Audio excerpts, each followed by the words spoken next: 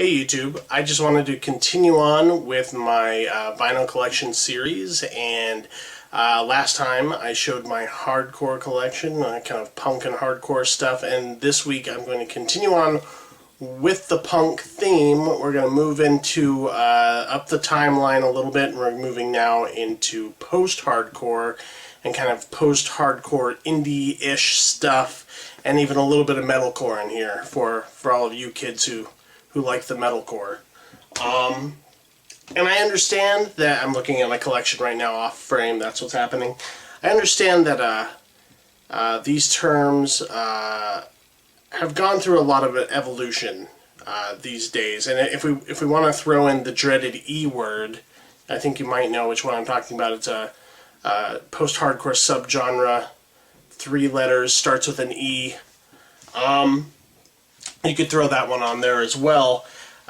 You know, these kind of subgenres, I understand, have a lot of stigma, and there will be people who will not even click on this video because they have certain ideas about what post-hardcore and metalcore and emo and those kind of genres mean. The stuff I'm going to be showing here most likely has not been featured on Warped Tour. Maybe 1 or 2, but very few, if any, of it. And a lot of this stuff is still hanging out in the late 80s, early 90s. So this stuff sort of predates the trendy, sort of hot topic, whatever, that sort of swallowed up the air in all of those scenes and all of those micro-genres. So I'll kind of describe what I think those words mean as I'm kind of going through these records, but you know, we're still very much in the American rock underground here. This isn't populist kind of fashion-oriented, tough guy, you know, macho, whatever. Okay, enough of that. Let's just get into it. Enough apologizing for my record collection. First one we have here is a Dischord band. I think the first 4 records I'm going to show in this video are still on Dischord Records, out of Washington, D.C., one of my favorite record labels, one of the most important record labels in the history of punk rock, American punk rock at least. And this one is Beefeater, and the name of the record is House Burning Down. There you go. This was released in '86, and it says here on the spine that this is Dischord number 23, so this is still pretty early on in their catalog. I mentioned before in my last video when I was showing hardcore and a few Dischord things, I showed that Dag Nasty record, which came out in '85, and was produced by Ian MacKaye, and I almost showed it in this video instead. I kind of made a judgment call as far as that goes.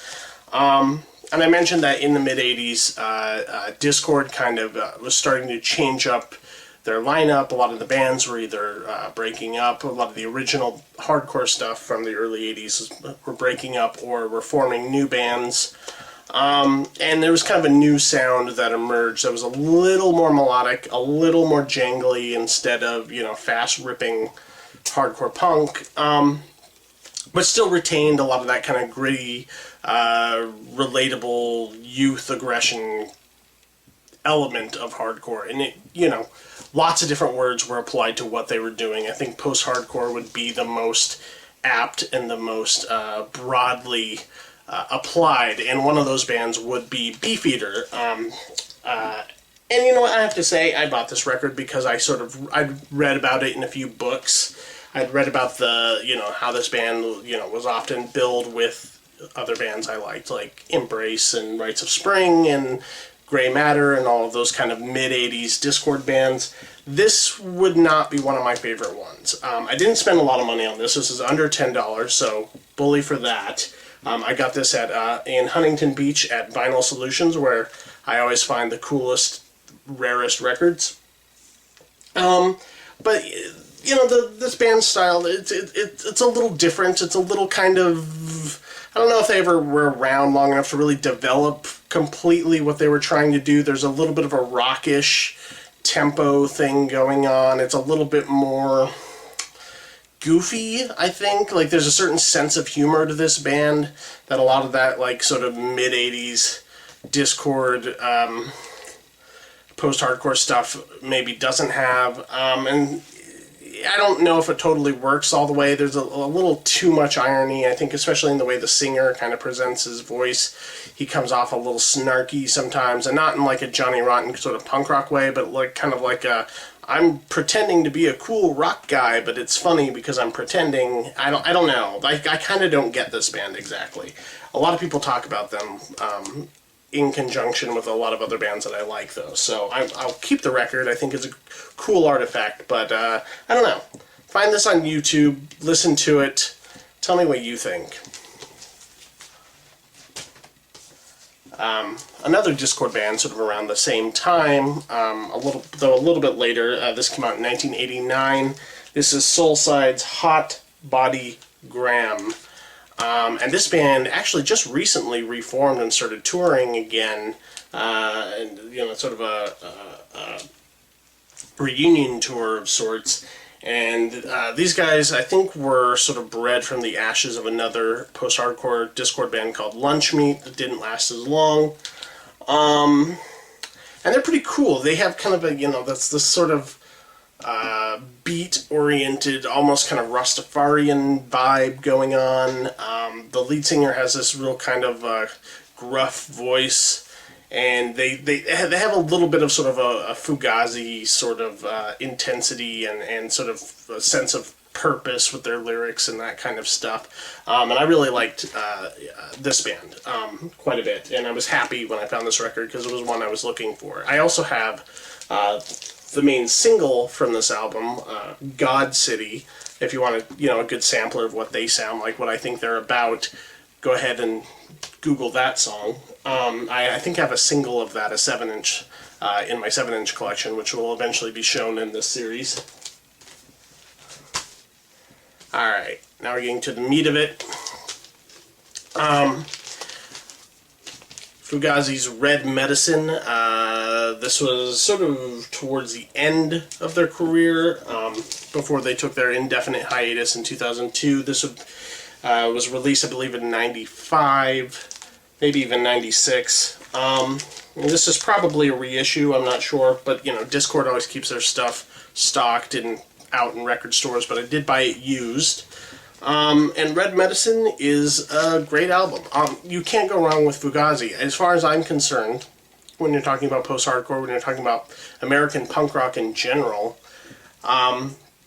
Fugazi might just be the greatest band there is as far as what they did, and you know, certainly one of the most influential bands.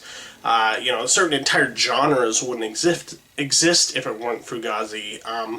You know, post-hardcore being one of them, and a lot of what was happening in the 90s, especially, and even today, there's kind of a resurgence of a lot of bands out there who sound a great deal like Fugazi. You know, they sort of introduced this idea of this sort of the stop-start stuff, and, you know, I think the stuff they picked up from, like, British post-punk, but the way it was interpreted through sort of the DC hardcore ethos aesthetic, and sort of the intensity they brought to it. They brought this sort of this sense of mounting tension to their music that I think is a key identifier in a lot of post-hardcore and emo.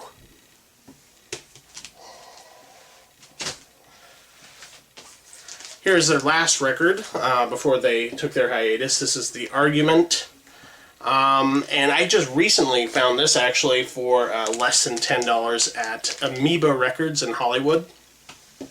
And you know, this is kind of a weird note to leave on in some ways because it's sort of a transitional record. I mean, maybe they were starting to head there towards Red Medicine and their last like 3 records that followed. They were definitely slowing down their songwriting. It was less hardcore and a little bit more experimental, a little bit more noise.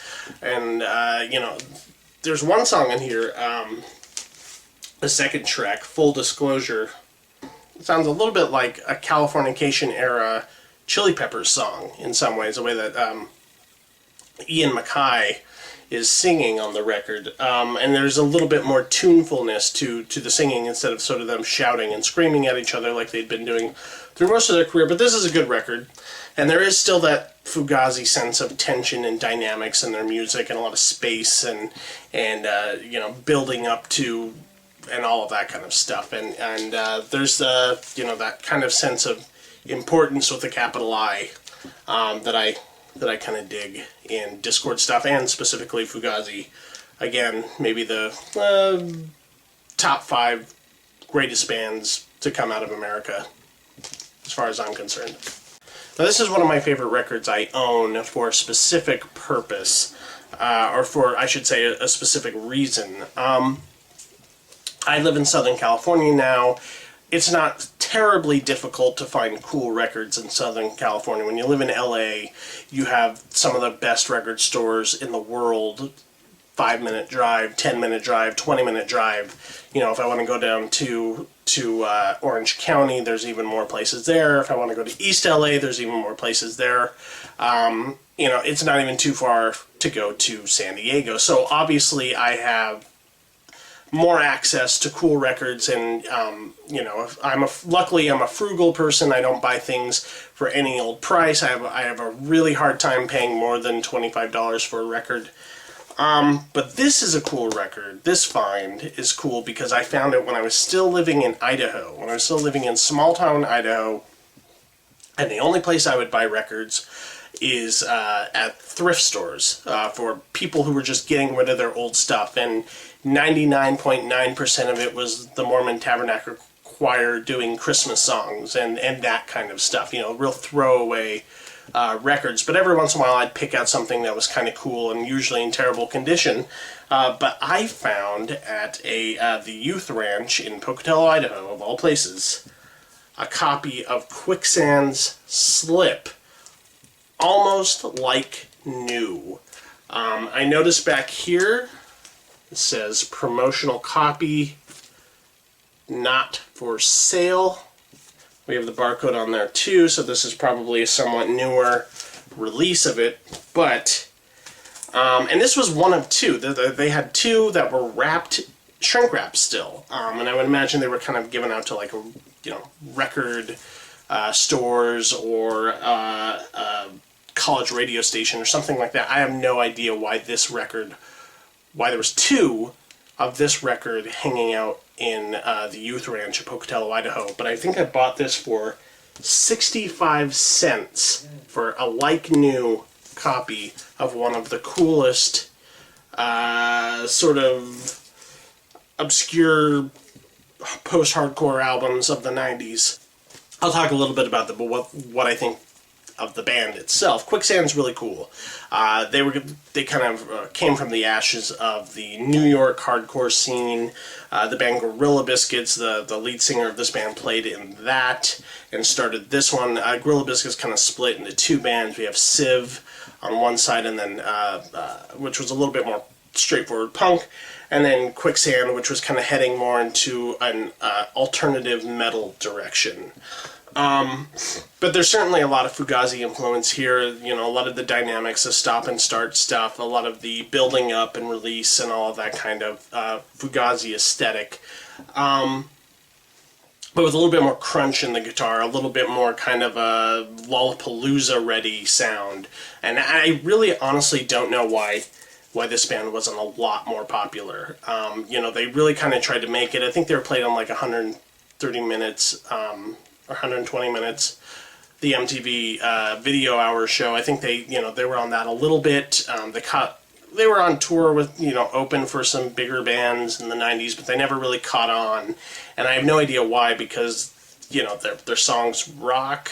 They have a big guitar sound, you know, it's not so punky that, like, the alt-rock kids couldn't get into it back in 1993, or sort of the grungy stuff. You know, there was some crossover appeal there, but it just never quite happened for Quicksand. But I'd say, you know, definitely look this band up, especially if you're not necessarily into punk, but you like kind of like early Tool or Helmet or Rollins Band, like that kind of aggro sort of punky metal, you might dig this album, and as well as their second album, which I don't have, Manic Compression. Now for something completely different on the post-hardcore spectrum, we have Slint's Spiderlands, their second LP that they released back in 1991. You know, for a band that generally most people haven't heard of, maybe one of the most important records released in the 90s. You know, and I would put it right there up with Nirvana's Nevermind and the Beastie Boys' Paul Boutique for, you know, groundbreaking music being released around that year. And this is a reissue, a really recent reissue. Actually, they just re-released this as an anniversary edition to sort of celebrate this documentary that the band had just released called Breadcrumb Trail, which is named after the first track of this album. And it actually comes with the DVD as well. I'll try and show you a little bit. I don't like opening records all that much, but it's a gatefold. A really cool one. It shows a little bit more of the quarry that they're swimming in the front. In the inside, there's kind of a digibook kind of situation going on with some liner notes and a copy of Steve Albini's review that he wrote of the album. Right here, a glowing review from Steve Albini, which is not an easy thing to get. Steve Albini being the famous engineer who you know, produced the Pixies and Nirvana and a bunch of other things. He produced Slint's first album, which even he admits is not nearly as good as this one that he did not produce. And, you know, what was there to say about Slint that nobody's ever said before that I could say in this video? If Quicksand is sort of the heavy metal alt-rock facsimile of the sort of Fugazi chain of events that happened in the 90s, these guys are sort of clear on the other side of the spectrum. You know, their music is all about space and quietude, and, you know, instead of build up and release, it's build up right up to the edge and then back it back down again. You always think they're about ready to blow up, but the songs just stay in this really frail sense of dread and tension. It's like a Kubrick movie done in American post-hardcore. And then, you know, when it does pay off, it's just insane. Like, the build-up to it is so incredible, you know. There was some stuff kind of going on around this time with sort of whispery spoken word vocals and you know, twinkly guitars and building up to, like, crashing intensity and all of that kind of stuff that was kind of going on in early forms of post-hardcore and emo. But I think these guys took those dynamics to such an extreme, it starts to become almost proggy and almost art rock. And this is an amazing record. There's only 6 songs, and once you start it, you have to play it all the way through. Alright, and I said there'd be a little metalcore in here, and this is probably the most metalcore thing I own.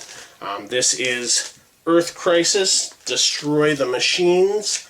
Found this in a record store in Santa Ana, Orange County. Don't remember the name of it, only went there once. Their prices were not amazing. I think I paid maybe $20 or so for this, which is about the peak of what I'll pay for used records. Earth Crisis were really popular, you know, as popular as any kind of post-hardcore punk thing was at the time, but they were a somewhat well-known and well-renowned hardcore band in the 90s that toured quite a bit and sort of carried the torch of straight edge and post-hardcore and that kind of stuff. They were an East Coast band. This was released on Victory Records. Mid-90s, I want to say, probably about 90, I don't know, somewhere between 93 and 96.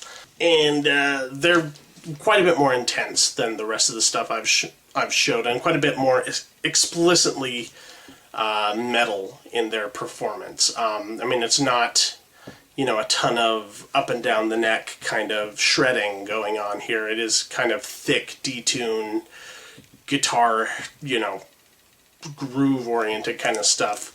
But and played in sort of a very punky fashion, but it's, you know, real heavy.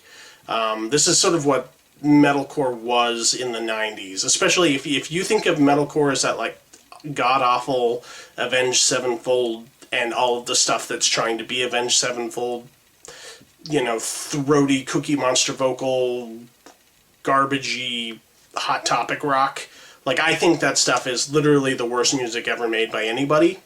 If you think of that as metalcore, go back and listen to this record, or at least try and find it on YouTube, Earth Crisis. That is what people were calling metalcore in the mid-90s. And it's quite a bit more palatable, I think, and quite a bit more, I dare say, musical than the trendy garbage that passes for metalcore these days. I have 3 records by the same band here. I'm kind of going to just show them together. I bought these in a bundle at Vinyl Solutions in Huntington Beach. Got a good deal on these. I bought a big stack of stuff, including that Soulside record. And I was able to make a deal with the clerks because I was about to drop $80, and they gave me one of them for free. So, you know, I'm not saying that's something that can happen for everybody, but if you plan on spending some money, at least Vinyl Solutions, you might be able to haggle a little.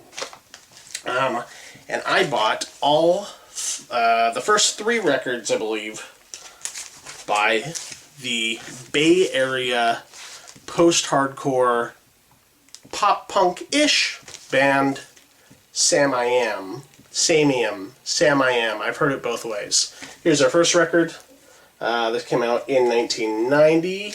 Has a cool little cartoon graphic in the back. Wavy song titles. And then we have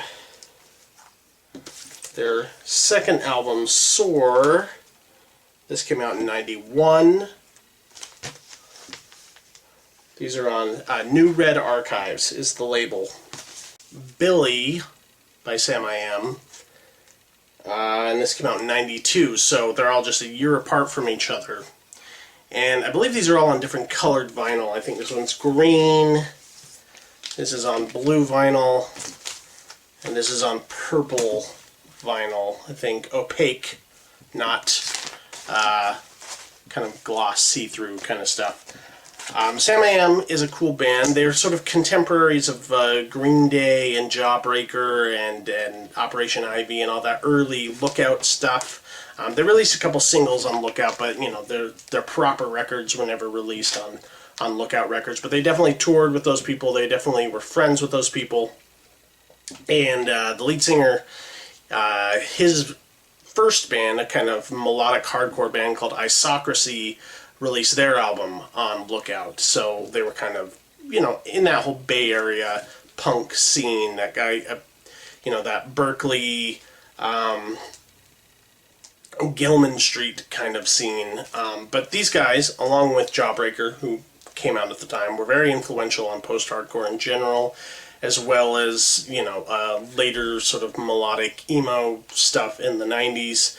But these guys are, you know, not like a Sunny Day Real Estate kind of style. You know, they played with a little bit more kind of a skater-ish sort of punky pop punk kind of energy to it, a sort of youthful energy to it, with just a little bit of angst in the back of the throat going on. You know, they're choking back something, and the lyrics are a little bit more dense and a little bit more inward-looking than Green Day or Rancid or whatever, but they have a little bit of that mixed in with what they're doing as well.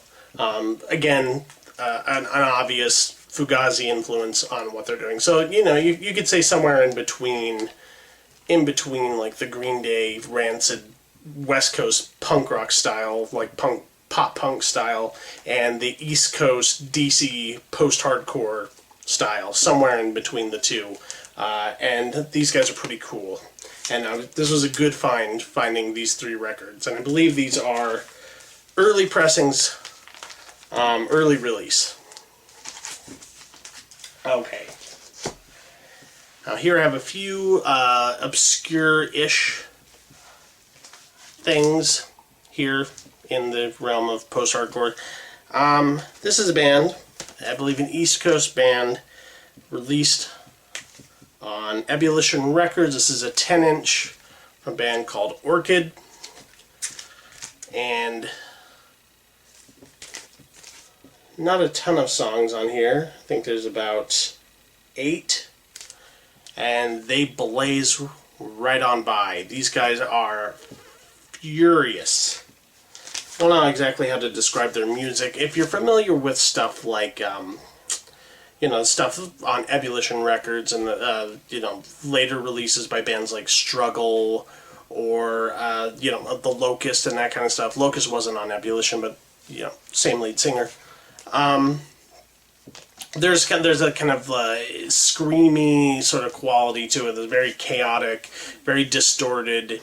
It's more intense and impassioned than previous hardcore genres, but not as focused necessarily on tension or build-up than the Fugazi sense of post-hardcore. So it's something almost altogether new, and it was very intense stuff.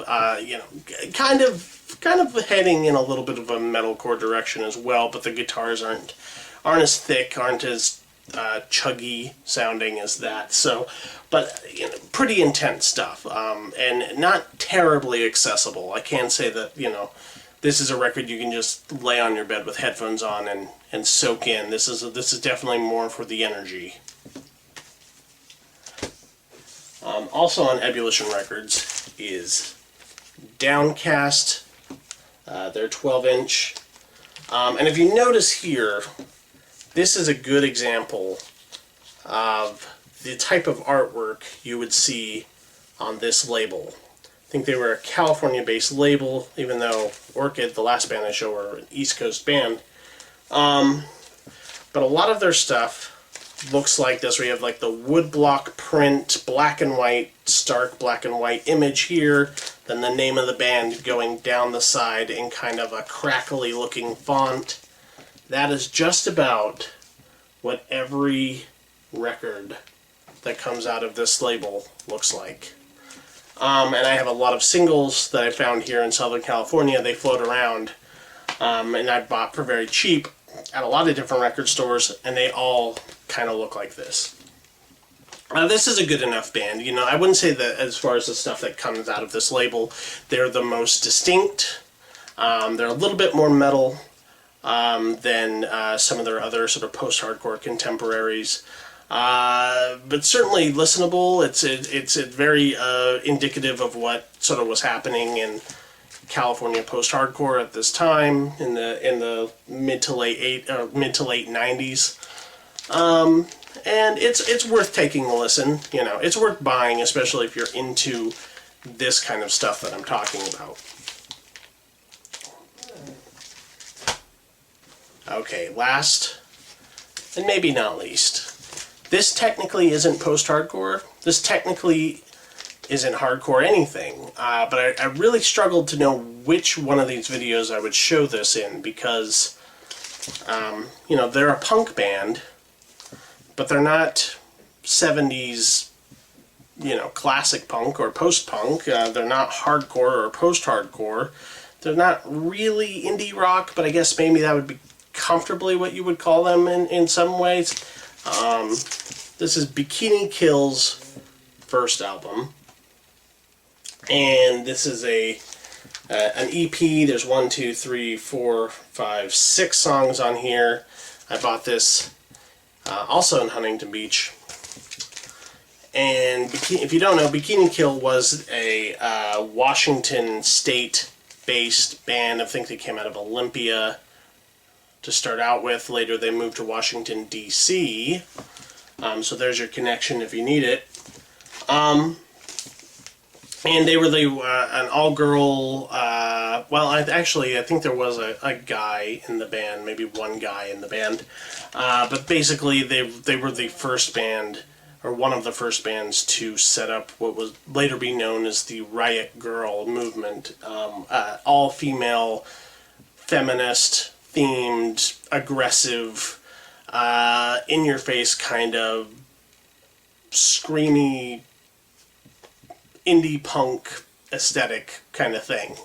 And it had a few years to build up a reputation and has had an influence on female-based punk and post-punk that have come out since. Certainly Sleater-Kinney would not exist if it weren't for Riot Girl. And you could probably say that about, a number of other bands out there that are playing. And, yeah, Kathleen Hanna, who later ended up marrying one of the Beastie Boys.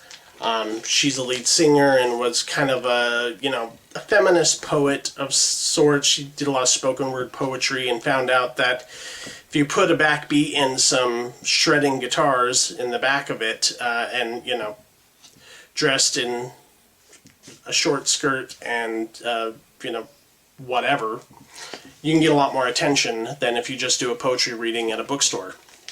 And that sort of, in some ways, sums up what Riot Girl was about. And, like I said, not a post-hardcore band, very different from a lot of what I'm showing in this video, but they certainly would have toured with a lot of the bands, specifically Fugazi, who I know they had somewhat of a relationship with after she moved to Washington, D.C. So there you go. And that's what I got in this section. You're welcome to argue with me if you want in the comments section. Some people have already done that in various locations that I've posted this video or videos like this in. And when you're talking about micro-genres and you're talking about subgenres in punk rock, everyone sort of invents their own rules because none of it's real. Like, if you really get down to the bottom of it, these are just words that were created by rock journalists who probably meant an entirely different thing than the way I'm using them now or the way that people use them in general. But, basically, based on all of the different sources that I've read, I feel that I'm using these words fairly consistently. But if you have any other questions about my usage of terms like post-hardcore, emo, Riot Girl, Metalcore, those kind of things, talk to me in the comments, because that's where it happens. Alright,